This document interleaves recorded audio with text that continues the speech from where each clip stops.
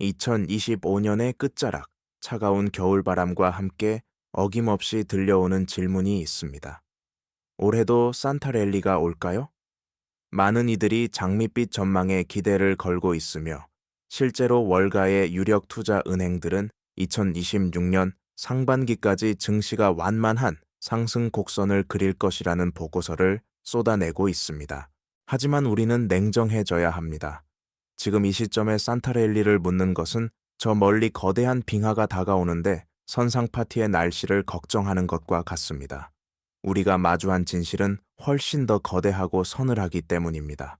2026년 이후 당신의 자산 운명을 결정지을 단 하나의 질문은 이것입니다.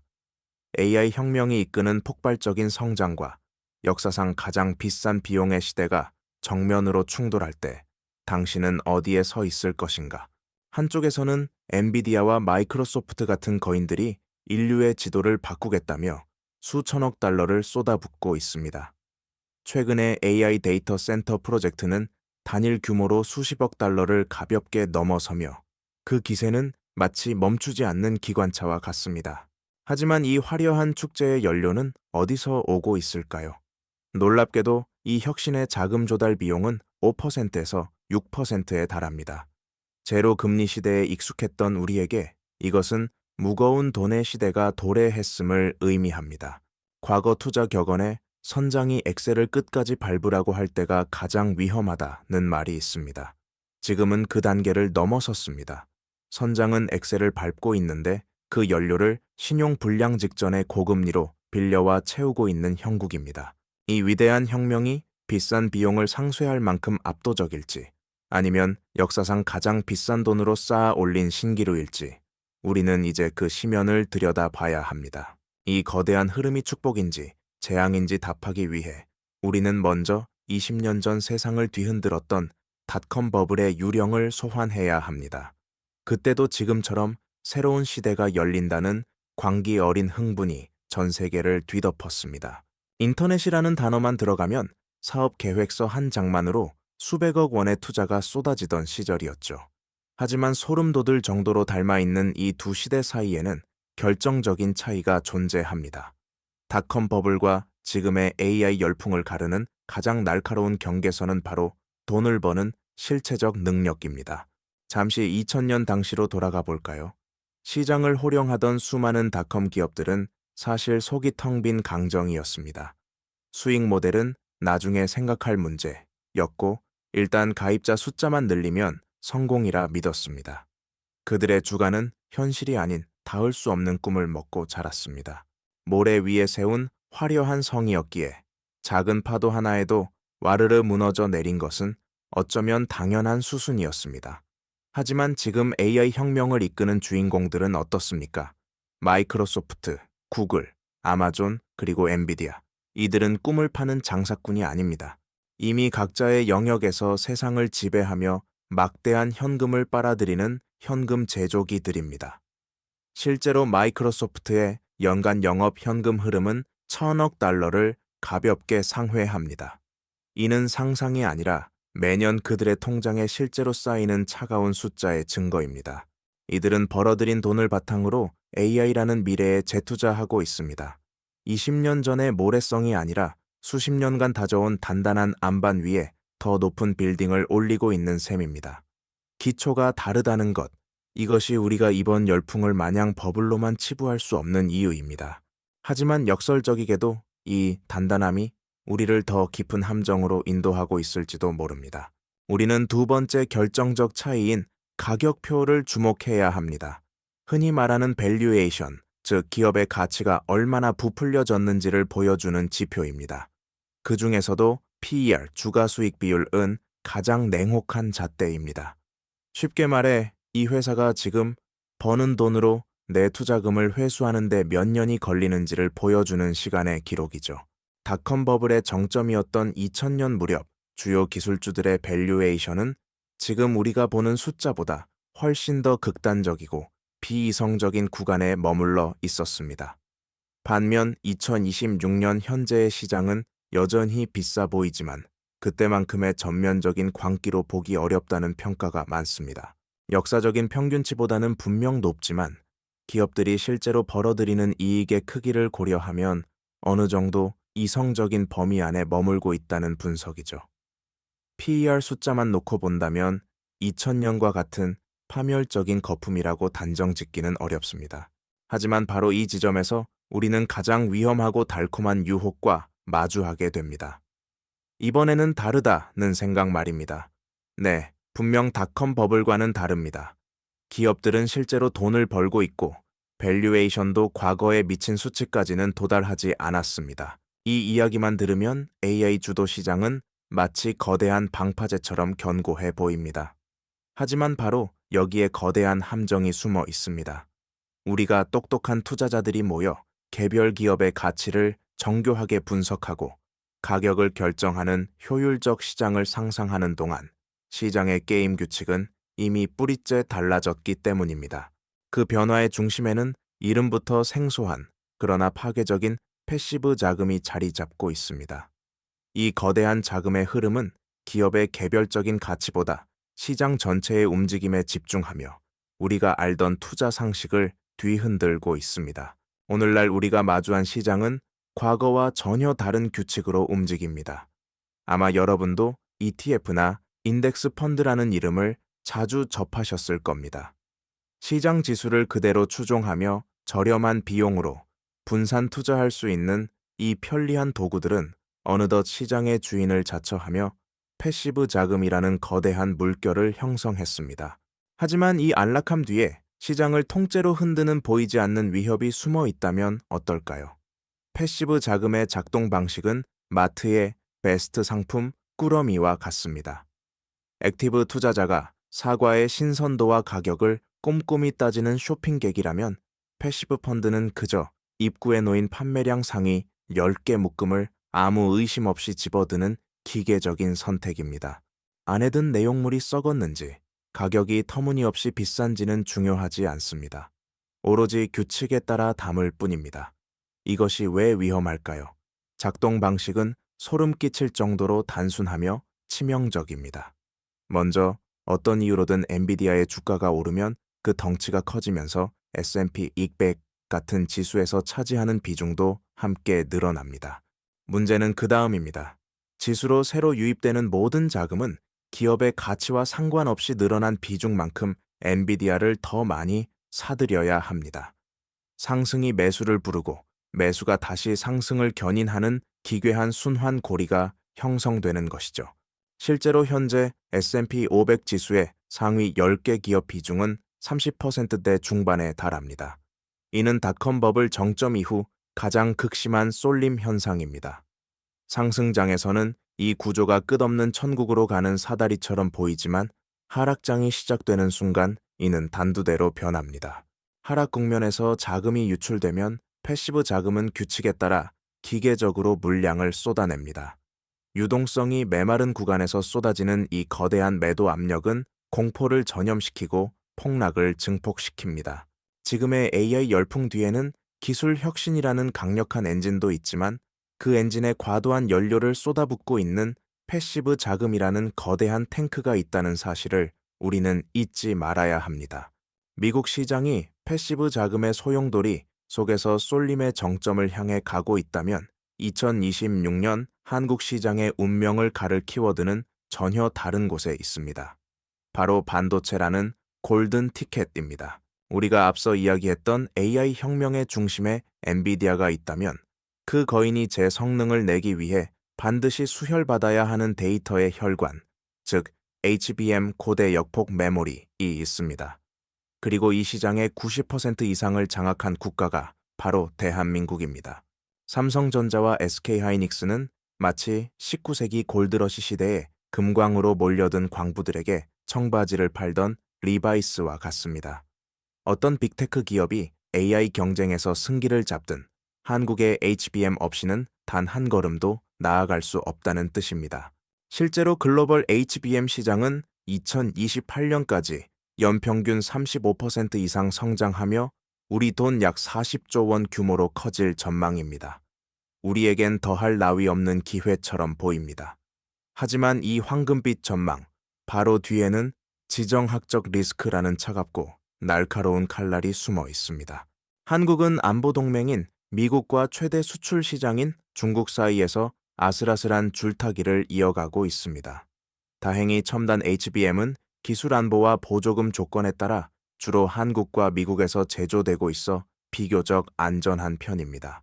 하지만 진정한 위협은 우리 기업의 체력을 지탱해온 레거시 메모리 사업부에 있습니다. 중국 현지 공장들이 미국의 장비 반입 제한으로 인해 업그레이드가 막히게 되면 메모리 사업 전체의 수익 구조가 흔들릴 수 있습니다.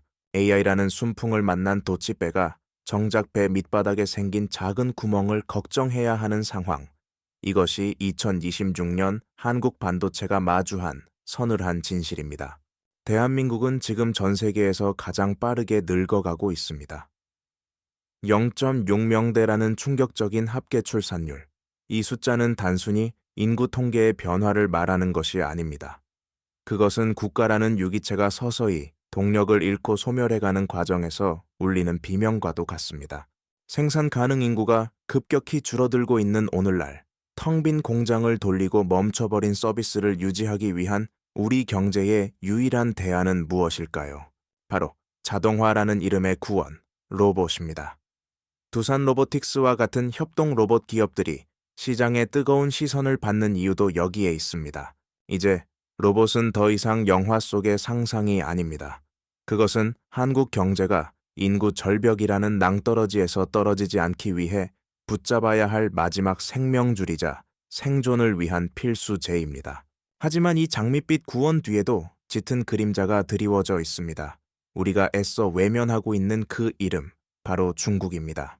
과거 태양광 패널과 LCD 디스플레이 시장에서 벌어졌던 참혹한 광경을 기억하십니까? 한국이 땀 흘려 기술을 개발해 시장을 개척하면 중국이 정부에 막대한 보조금을 등에 업고 저가 물량 공세로 시장을 초토화해버리는 그 잔혹한 패턴 말입니다. 로봇 산업이라고 예외는 아닐 겁니다. 이미 중국산 저가 산업용 로봇들이 소름 돋는 속도로 우리 안방까지 잠식하고 있습니다.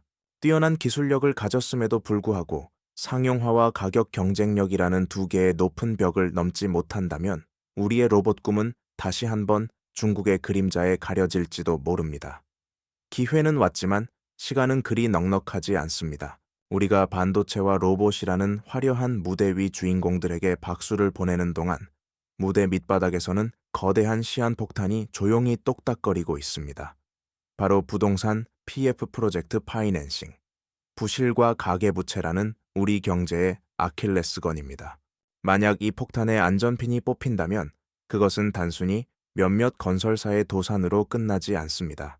저축은행과 증권사 등 제2금융권의 연쇄 부실로 번져나가며 우리 금융 시스템 전체를 마비시킬 수 있는 가공할 파괴력을 지니고 있습니다. 여기에 세계 최고 수준을 자랑하는 한국의 가계부채는 타오르는 불길에 기름을 붓는 격입니다. 대한민국의 가계부채는 주요국 중에서도 압도적인 비중을 차지하고 있으며 이는 고금리와 경기 둔화라는 파도 앞에서 우리 국민들의 삶을 가장 먼저 위협합니다. 이자 상환의 무게가 어깨를 짓누를수록 사람들은 지갑을 닫을 수밖에 없고 이는 곧 내수 경기의 급격한 냉각으로 직결됩니다. 결국 현재 한국 경제는 기묘하고도 위태로운 균형 위에 서 있습니다. 한쪽에서는 반도체가 우리를 미래로 이끄는 강력한 견인차 역할을 하려 애쓰지만 다른 한쪽에서는 부동산과 부채라는 무거운 족쇄가 우리의 발목을 잡고 끝을 알 수 없는 심연으로 끌어내리려 합니다. 지금 우리에게 필요한 것은 막연한 낙관이 아니라 이 위태로운 저울질이 무너지는 찰나를 감지하는 차가운 통찰력입니다. 폭풍이 몰려올 때 하늘은 갑자기 어두워지지 않습니다. 그 전에 반드시 미세한 바람의 변화와 숲의 침묵이 먼저 찾아오죠. 2026년의 거대한 시장 붕괴 역시 갑자기 하늘에서 떨어지지 않을 겁니다. 반드시 시장 곳곳에서 이상 신호가 울리기 시작할 텐데 우리는 그 중에서도 가장 먼저 포착해야 할 빅테크의 현금 수도꼭지에 주목해야 합니다. 지금의 AI 혁명은 사실 거대한 현금 살포 게임입니다. 마이크로소프트, 구글, 아마존 같은 거인들이 분기마다 수십조 원을 데이터 센터에 쏟아붓고 있죠. 지금까지는 이것이 문제가 되지 않았습니다. 그들은 이미 사업을 통해 벌어들이는 영업 현금 흐름이 워낙 막대해서 그 엄청난 돈을 쓰고도 통장에 돈이 남았기 때문입니다. 이를 개인의 삶에 비유해 볼까요? 연봉이 2억 원인 사람이 1억 원짜리 차를 할부로 사는 것과 같습니다. 버는 돈이 충분하니 전혀 부담이 없죠. 하지만 만약 이 사람의 연봉이 갑자기 8천만 원으로 줄어든다면 어떻게 될까요? 자동차 할부금은 고정 비용으로 나가는데 들어오는 돈이 급감하면서 순식간에 재정 위기에 빠지게 됩니다. 기업도 마찬가지입니다. 우리가 앞으로 매 분기마다 이 기업들의 실적 발표에서 딱 한 가지만 봐야 한다면 그것은 화려한 매출 성장률이 아니라 바로 현금 흐름표입니다. 그리고 거기서 영업 현금 흐름이 설비 투자, CAPEX를 더 이상 감당하지 못하는 순간, 즉 기업의 지갑인 인겨 현금 흐름 FCFE 마이너스로 돌아서는 순간이 바로 첫 번째 위험 신호입니다. 만약 AI를 주도하는 핵심 기업 중 단 2곳이라도 2분기 연속 이런 현상을 보인다면 그것은 AI 혁명이라는 엔진에 기름을 넣을 돈이 바닥나고 있다는 가장 강력한 경고입니다. 그것은 혁명의 종말이 아니라 감당할 수 없는 비싼 비용의 저주가 시작되었음을 알리는 신호입니다. 두 번째 시그널은 시장의 가장 깊고 은밀한 곳에서 들려오는 비명, 바로 신용 스프레드입니다. 경제 용어라 다소 딱딱하게 들릴 수 있겠지만 그 원리는 단순하면서도 섬뜩합니다. 시장에는 국가가 보증하는 국채처럼 안전한 자산이 있고 일반 기업이 발행하는 회사채처럼 위험이 따르는 자산이 있습니다. 평화롭고 모두가 낙관에 젖어 있을 때 투자자들은 너그러워집니다. 조금 위험해도 괜찮아. 이자만 조금 더 주면 기꺼이 빌려줄게. 라고 말이죠. 하지만 경제의 심장 박동에 이상이 생기고 불안감이 엄습하면 투자자들은 순식간에 차가운 사냥꾼으로 돌변합니다. 위험한 곳에는 절대 돈을 빌려줄 수 없어. 정 빌려 가려면 거의 사채 수준의 이자를 내놔 라고 외치게 되는 것입니다. 바로 이 순간 안전한 돈과 위험한 돈 사이의 금리 격차인 신용 스프레드가 하늘로 치솟기 시작합니다. 역사는 이 비명이 결코 빈말이 아니었음을 증명합니다. 2008년 금융위기라는 거대한 파멸의 파도가 덮치기 직전 3% 미만에 머물던 하이힐드 채권 스프레드는 순식간에 20%까지 폭등하며 자본의 혈관이 막혔음을 전 세계에 알렸습니다. 2020년 팬데믹 쇼크 때도 스프레드는 비상 사이렌을 울렸습니다. 이것은 시장의 공포가 임계점을 넘었다는 명백한 신호탄이자 시스템 붕괴의 전조 증상입니다. 최근까지는 비교적 안정적인 수준을 유지하고 있지만 만약 이 수치가 가파르게 고개를 들기 시작한다면 그것은 시장의 가장 약한 고리부터 이미 끊어지고 있다는 명백한 증거입니다. 2026년 맹목적인 낙관론자가 아니라 이 신용 스프레드의 비명을 듣는 자만이 다가올 거대한 폭풍에서 자신을 지켜낼 수 있을 것입니다. 이제 우리는 모든 기술적 분석과 시장의 소음을 넘어 투자의 가장 깊은 본질을 향한 마지막 여정을 떠나려 합니다. AI라는 거대한 파도가 세상의 모든 지도를 다시 그리는 혼돈의 시대에도 결코 무너지지 않는 견고한 성을 쌓는 방법이 있다면 어떨까요? 위대한 기업을 만드는 단 하나의 비밀, 바로 경제적 해자입니다. 중세시대의 성을 상상해 보십시오. 성벽이 아무리 높고 튼튼해도 적들이 쉽게 성문 앞까지 도달할 수 있다면 그 성은 결국 함락됩니다. 하지만 성 주위를 깊고 넓게 파낸 뒤 악어가 우글거리는 물로 가득 채운 해자가 있다면 어떨까요? 비즈니스의 세계도 이와 같습니다. 아무리 뛰어난 제품을 만들어도 경쟁자가 금방 따라할 수 있다면 그 기업의 초과 이익은 신기루처럼 사라집니다. AI 시대에 우리가 찾아야 할 진정한 승자는 자신만의 강력한 해자를 가진 기업입니다. 그 첫 번째는 사용자가 많아질수록 가치가 폭발하는 네트워크 효과입니다. 두 번째는 전환 비용이라는 보이지 않는 족쇄입니다. 수십 년간 마이크로소프트의 윈도우와 오피스에 익숙해진 기업이 단지 가격이 싸다는 이유로 하루아침에 모든 시스템을 바꿀 수는 없습니다. 재교육의 비용과 데이터 호환의 혼란이 훨씬 더 크기 때문입니다. 세 번째는 무형 자산입니다. 엔비디아의 진짜 힘은 GPU라는 하드웨어가 아니라 지난 15년간 수백만 명의 개발자를 가두어둔 소프트웨어 플랫폼 쿠다, 슈다에서 나옵니다. 마지막은 압도적인 규모의 경제를 통한 원가 우위입니다. 아마존의 AWS는 후발주자가 도저히 따라올 수 없는 낮은 비용으로 서비스를 제공합니다. 2026년, 그리고 그 이후의 10년. 당신의 투자는 어디를 향하고 있습니까? 매일같이 요동치는 시장의 유행입니까? 아니면 시간이 흐를수록 더욱 깊어지는 투자의 본질, 해자입니까? AI라는 파도는 수많은 평범한 기업을 집어삼키겠지만 강력한 해자를 가진 기업에게는 오히려 그 성을 더욱 공고히 하는 최고의 무기가 될 것입니다. 당신의 선택이 당신의 미래를 결정할 것입니다. 이 다큐멘터리가 당신의 현명한 항해에 작은 등불이 되었기를 바랍니다. 시청해 주셔서 감사합니다.